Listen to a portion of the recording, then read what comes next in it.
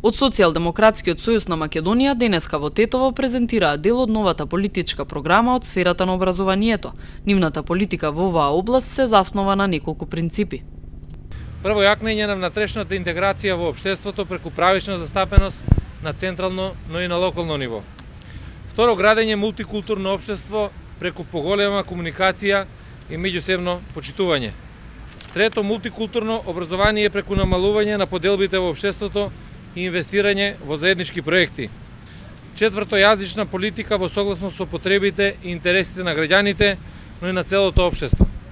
Пет, позитивна интеграција преку изградба на правична и непристрасна држава.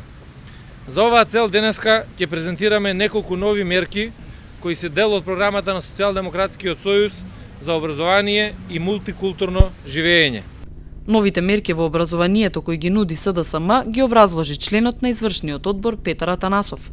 За првата мерка намалување на предрасудите кај најмладите со можност родителите да ги запишуваат своите деца во мултијазични градинки.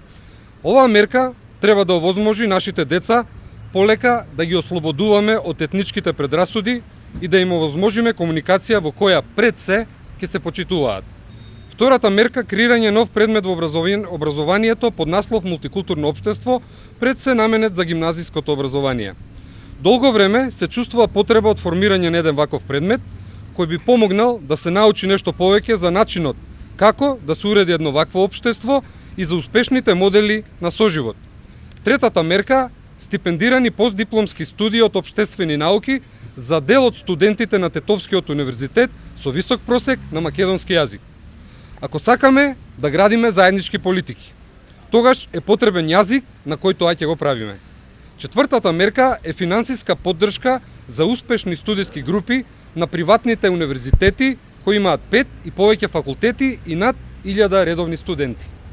Редно е неколку приватни универзитети кои вложија капитал и инвестираа многу во образованието, а при тоа постигнаа забележителен успех, да може да конкурираат со најдобрата програма за директна државна финансиска поддршка, какви што се Штуловиот и Универзитетот ФОН. И петата мерка, спроведување на државен надпревар по историја и култура меѓу средношколците, но за историјата и културата на сите заедници со медиумска поддршка на надпреварите. Оваа мерка ќе овозможи образовен надпревар, но и поголемо запознавање и дружење меѓу средношколците. Како што велат од партијата, овие мерки се во функција на градење на меѓуетничкиот соживот и мултикултурата.